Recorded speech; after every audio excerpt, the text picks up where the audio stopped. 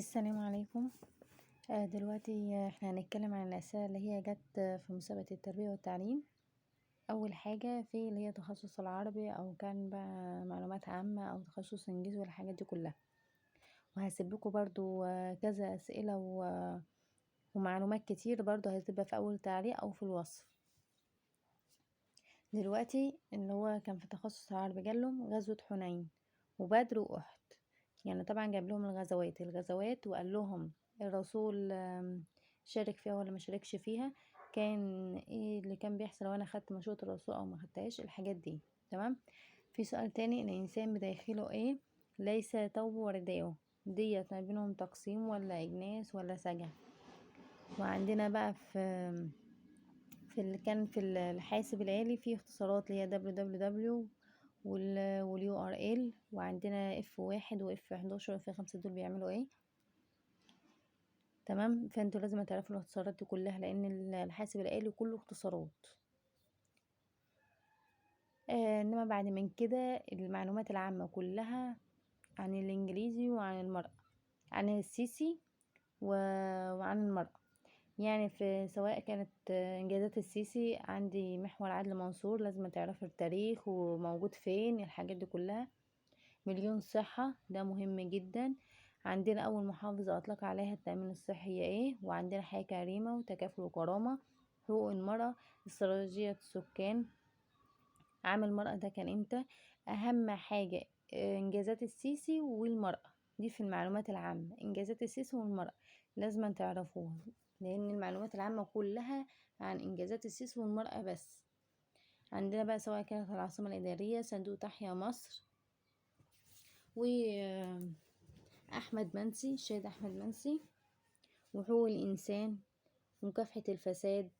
الحاجات دي كلها لازم تعرفوها. يعني المعلومات العامة في أي تخصص كان عن السيسي والمرأة. تمام.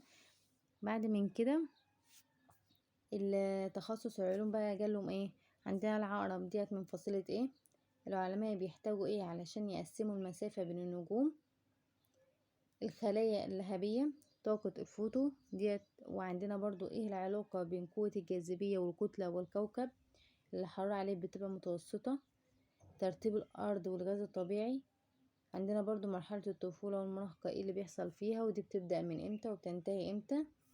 وانا في التعليقات هنزل لكم اسئله كتير، ادخلوا شوفوها، اللي هي لجميع التخصصات كلها سواء كان عربي ولا انجليزي، الحاجات دي كلها. ولازم تعرفوا ان التخصص الانجليزي بالذات في التربوي بيجي كله انجليزي، ما بيجيش عربي. الحاسب الآلي عايز تمتحنه بالانجليزي بتمتحنه، عايز تمتحنه بالعربي بتمتحنه. المعلومات العامة كلها متركزة على السيسي وعلى المرأة. سواء بقى الاي كيو ده كله لازم تعرفي طريقة حل الاي كيو. في كذا طريقة لحل الاي كيو عشان بيجيلك كلها اشكال، ما بيجيش زي السنة اللي فاتت. ندخل بقى على الاسئله اللي بتيجي في الاول، دي بتتكلم عنك لو حصلك موقف وانت واقف في الفصل هتعمل ايه، صحابك بيشوفوا الشخص عصبي ولا لا، الحاجات ديت. لو حصل موقف وانت موجود هتعمل ايه، بتعرف تنجز مهامك في وقت قصير ولا لا، بتعرف قيمه الوقت ولا لا. الحاجات دي كلها ديت ايه يعني بتتكلم عليك انت، يعني تعتبر سؤالين كاملين. يعني اول سؤال 125 والسؤال التاني مش فاكره كان كام، دول بيتكلموا عنك انت. تمام.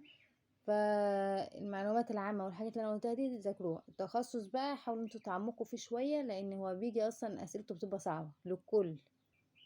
تمام. يعني التخصص بالذات لو عايزين تذاكروه ذاكروا، يعني تعمقوا فيه شوية، لان طبعا المناهج اتغيرت وفي حاجات كتير كده.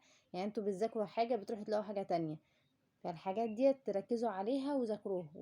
وانجازات السيس والمرأة دول بالذات ركزوا عليها.